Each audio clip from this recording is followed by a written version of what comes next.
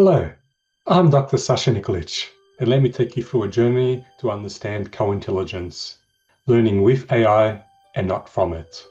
This presentation is targeted at both students and university staff. The Future of Jobs report, released by the World Economic Forum, is a survey of the skills required by employees from right around the world. It's released every 5 years, and each time the report is released, those most valuable skills actually change. One of the biggest increases in the most recent report is the need for AI and big data competencies. What might surprise students the most is that these in-demand skills aren't just IQ skills. There are a mixture of EQ or emotional intelligence skills as well. This is why your project and authentic learning subjects are very important. While AI is deemed a very important skill, employers have identified a very important limitation. The same survey reveals that employers are really struggling. The reason for it is because they realize that there's a lack of skill available in the workforce to apply AI in their businesses. And there is also a lack of vision. Now, I recently participated in an Australian Council of Engineering Deans panel session that include industry members. And each of these industry participants clearly indicated that they were very interested in hiring new recruits that could help them consider or spark ideas on how AI could be brought into their organization. It was very clear that industry wants our students to develop these skills. And this is something that the university sector needs to reflect upon. Now, one thing that we've learned through research is just because you have access to AI doesn't mean that you're going to be good at using it. More interesting is the fact that many studies are starting to suggest that AI integration brings about more inefficiencies rather than efficiencies. We shouldn't really be surprised about this because there's very little training that's occurring. So AI has brought about a whole range of different tensions. Tensions between the desire of companies to want to increase productivity. This also includes students wanting to learn faster so they have more time for play and work. And then we have the academic community who are concerned about the risks associated with this, knowing that students will probably use it in ways that will impact the way that they learn. So somehow we have to juggle all these different tensions. Universities have an opportunity to address these tensions.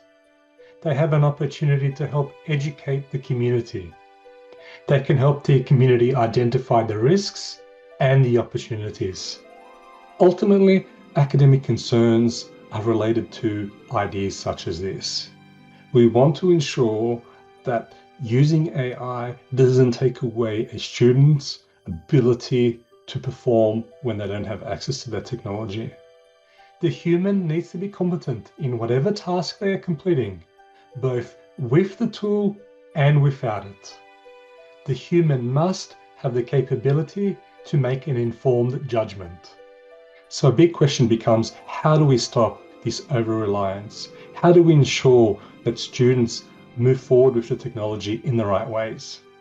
Now, one thing's for certain, and that is we know with lots of different data points that students are some of the biggest users of generative AI technologies. So regardless of what universities think about the technology, students are definitely using the technology anyway. However, students are using AI without the support and training that they need. Because they're learning this technology themselves, there is a huge potential that they are learning many bad habits, some that can affect them in the long term. In the great majority of cases, students are more advanced in the use of AI than academic staff themselves. And even in this case, the students aren't very good at using the technology. So it causes a huge conundrum. The University of Sydney is one of the first Australian universities to offer what they call the two-lane policy. At a very high level, this means that when an assessment task is unsupervised and unsecure, the academic staff have to accept the fact that a student might be using generative AI or some other AI technology to assist them in completing work, because there's no foolproof way of checking that they didn't use them. However, when it comes to secured assessment, this flexibility is removed. Now, very recently, the university held a panel session, and it sought to understand the impact of students' open use of the technology. Now, what was very interesting from the panel members was that they really were excited about the fact that they were allowed to use this technology, but they all pretty much mentioned in one shape or form that when it came down to it, they all learned the very hard way that they'd been using the technology to learn in the wrong way. That is, they thought they were using the technology the right way to learn, but by the time they got to the exam, they realized that they hadn't actually been learning. Their misconceptions about how they were using the technology to learn had hampered their success in passing the subject. So what is definitely needed is this mind shift. It's a mind shift from students believing that they are using the technology to learn in a specific way, to knowing how to use the technology to learn in a specific way. It's important that students understand the right way. It's important for students to know the difference between believing and knowing how to use the technology for learning. In effect, this comes down to protective education. We know that students are not ready to use it, but they probably will. And if they decide to use it, we need to ensure that they protect themselves.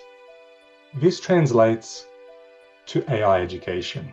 So our hope is that if we help students understand the risks and the protective measures, that they will use it, while acknowledging that not all students will listen to the advice. But at the minimum, we need to try and get the key messages across. These preventative measures are extremely important because right across many different industries, we can already see the impact of the consequences on one's career when they use the technology in the wrong way. And such use, if not detected correctly, can have substantial negative consequences for the community. Therefore, we need to be proactive. And this doesn't just come down to students, but it also comes down to the senior managers. Senior managers are struggling to understand the full implications of the technology. If we look at Commonwealth Bank, for example, they thought it would save money, but the way they implemented it actually cost them more money in the end. Therefore, we can see the importance of raising this awareness for the entire community. This highlights that we can't delegate accuracy to the AI. As with all other systems and processes, you can only audit it. Human thinking processes are needed to ensure systems, processes are fit for purpose. This important step can't be palmed off. So one of the problems with generative AI is that it hallucinates, it makes mistakes. But why does it make mistakes?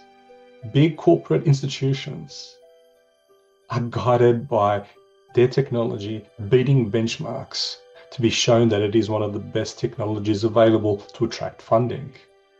I recently went to a trivia night, and the first round of questions was based on general knowledge. Now, I had been well trained on general knowledge. Due to my training, I was actually able to get most of the questions right. I think from memory, I got 9 out of 10 correct. However, the next round of questions was on music. And I don't listen to much English music.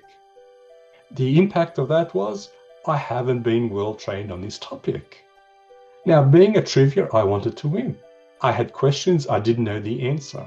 What did I do? I took a best guess because I knew putting an answer provided me an opportunity to get something right, while putting forward a blank piece of paper meant that I had no chance of getting it right. So it was worth the shot.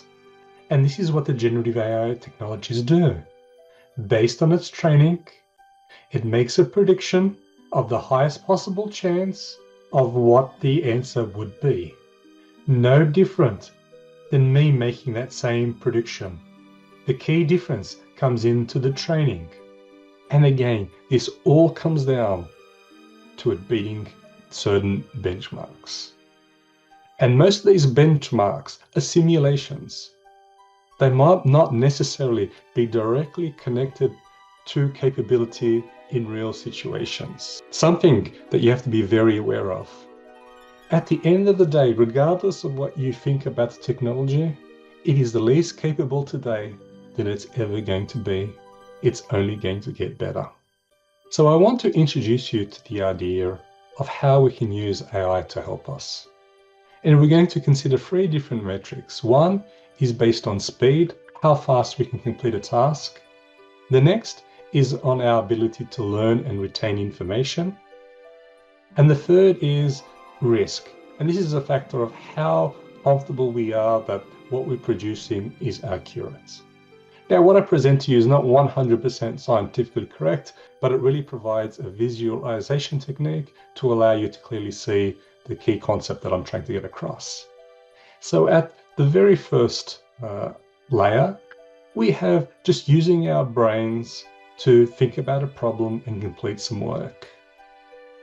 This is slow because it takes us time to complete, but by using our mental capabilities, it really enforces and provides a process for us to learn and retain that information. Now it's low risk because we have that guiding judgment of whether what we're doing is correct or wrong. However, this risk situation can change depending on if we're an expert on the work that we're currently doing. So if you're given a task that you might not be an expert on and you still have to produce or deliver something, that risk ratio changes. On the other end of the spectrum, we can just use AI. Now, if we just use it without thinking, it's very fast because the AI produces a result. But by doing that, we're not going to learn or retain any of that information.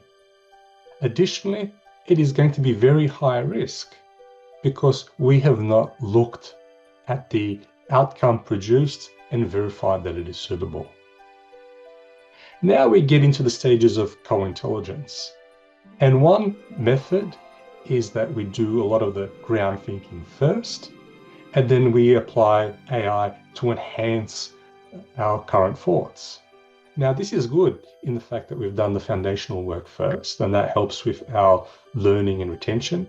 But because we applied AI without thinking about it, it becomes a high risk because we don't know what changes the AI did to our original outputs. Now, the reverse of this is to use the AI first to help guide us, and then we apply our own cognitive capabilities to enhance and check what suggestions the AI gave us. Now, one of the risks in doing this approach is that the AI can give us suggestions that will bias our thought processes. This means that we might not consider scenarios or possibilities that we would have if we had not used the AI in the first place. Also, by AI doing the heavy lifting first, it also affects our ability to learn and retain that information. Therefore, the compromise across all the different options is to use our mind first, enhance what we're doing with AI, and do that final checking at the end. This is what I call CAC co-intelligence, cognitive AI cognitive. And the way that it's used is as a form of protection that helps us achieve the best possible results without the inherent risks. We need to use our brains first to really think about the problem. What are the best solutions? Do we really need to use AI to help us? We use the AI to enhance what we're doing and not replace us. And the most important thing, if we are going to use AI, is we need to work out what type of AI do we need to use. It might not be generative AI. And if it is, which model are we going to use? And we have to be very aware that regardless of what AI technologies we're using, the AI output could be flawed, which is why we need to apply the third and final step, which is the cognitive, to apply that evaluative judgment to ensure that what is being suggested is is fit for purpose. And regardless of anything that's mentioned, as a human, we need to ensure that we take responsibility for the output and we are in control. The human must always be in control. So CAC co-intelligence is the heart of using AI to help us learn. This structured process allows us to learn with the AI and not by it. This framework becomes the heart of all the integration opportunities that I provide my students. It's simple for students to remember, and it's simple to teach. I encourage you to give it a try. When you finally become an expert in AI integration and you're an expert in the field that you're working in, there can be times where you want to remove the first cognitive step. And this is okay when you have the maturity to understand what the final output needs to be, and you can take responsibility without needing that initial step. Even if you're experienced, if you're constantly applying just AC co-intelligence, it can lead to some long-term negative consequences. So don't always apply this approach. So one outcome from all of this is to understand that one of the greatest benefits of generative AI is not automation. It's the ability to help you reflect. And through that reflection, it's about allowing you to be able to achieve more that you might not have been able to do before. And it's the ability to help you think about the processes and improve on what you're currently doing. In this way, you will be able to lift the bar of what you're capable of. You'll be able to learn more. You'll be able to achieve more.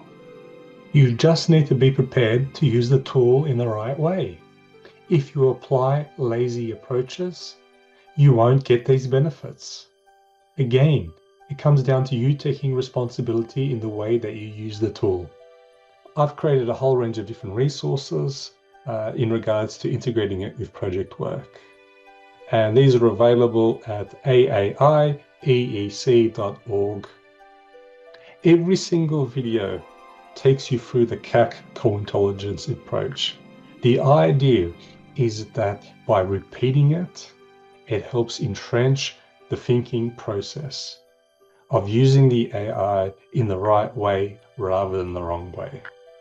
The right way is important because learning cannot be a shortcut. Learning requires effort. Your brain needs to be stimulated to learn. If we think about learning and retention, practice and teaching others are key ways of learning and retaining knowledge. That is why one of the best ways to use AI as a co-intelligence is to help you undertake those activities, especially teaching. The generative AI provides you an opportunity to teach it the information that you know. And through this process, that helps clarify the concepts and the processes in solving particular problems or making particular arguments. And you can do this in a way that you don't need to feel embarrassed. It allows you to do it where you're comfortable. And this is currently probably one of the most unexplored uses of AI in education. Generative AI is not just for students, it can help academic staff a lot. Here are a few different examples of the way different academics across Australia are using AI to support teaching and learning. I encourage you to reach out to the A2I, website to investigate some of these use cases. Well, we've now come to the end of my presentation. I hope that you've learned through the examples provided of how we can use AI to learn with it and not by it. AI is not something that we can ignore in higher education. We need to support and help protect our students from using it in the wrong ways and helping them understand how to use it in a productive, correct manner. This is not just about them, but this is about the entire community. If you'd like to learn more about me, you can visit sashanikolic.com. I'm always happy to share my experience with others. Until next time.